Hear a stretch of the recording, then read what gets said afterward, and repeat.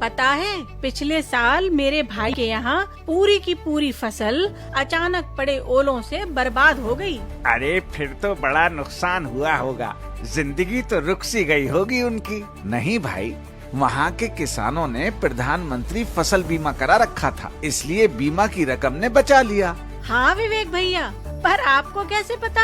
अरे मेरा एक दोस्त भी है वहाँ पर, और हमारे कृषि रक्षक भाई भी तो गए थे बीमा के बारे में बताने। तो क्या फसल बीमा ओले पड़ने पर भी मिलता है? हाँ भाई, देखो रबी, खरीफ, बागवानी हो या और कोई फसल जिसे वहाँ की राज्य सरकार ने बीमा के अंतर्गत रखा है, उसके जुताई बुवाई से पहले अगर बीमा कराते हो तो बीमा का लाभ मिलेगा। अच्छा विवेक भैया, किसी कारण से खेती ना हो पाए या फसल बर्बाद हो जाए तो बीमा की रकम मिल जाती है, पर अगर पैदावार ही कम हो तो भी क्या बीमा लाभ मिलता है? जी हाँ, ये बहुत अच्छी बात पूछी आपने। यदि आपने खेती की और किसी कारणवश पैदावार में कमी आ जाती है और बीमा कंपनी को भी आकलन के बाद ये मात्रा अनुमानित पैदावार से कम लगती है, तो भी हम किसानों को बीमा का लाभ अवश्य मिलेगा। अरे भाइयों, इतना ही नहीं, भगवान ना करे पर यदि आपकी खड़ी और लहलहाती फसल भी अचानक आए बाढ़, सूखे या बिजली गिरने से लगने वाली आग, ओला या कीड़ों के कारण बर्बाद हो जाए, तो भी बीमा की रकम आपको मिलेगी। ये तो बड़ी अच्छी और राहत की बात है भैया।